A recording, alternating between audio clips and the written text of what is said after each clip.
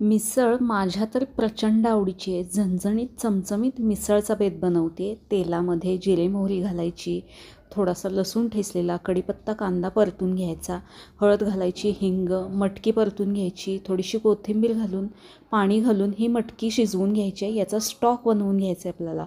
मीठ देखील घातलं. आता मसाल्याचं वाटण बनवते. कांदा खोबरं परतून घेतलं, लसूण आलं परतून घ्यायचं आहे, टोमॅटो परतून घ्यायचं आहे कमीत कमी तेलामध्ये. आता हे आपल्याला थंड करून मिक्सरला वाटून घ्यायचं आहे. अगदी थोडंसं पाणी घालून छान मऊ अशी पेस्ट बनवून घ्यायची, तेलामध्ये परतून घ्यायची. यामध्ये आता मी अक्षदाज रेसिपीचा म्हणजे आपला कांदा लसूण मसाला घालते. हा असेल तर गरम मसाला, धणेपूड, जिरेपूड काही घालावं लागत नाही.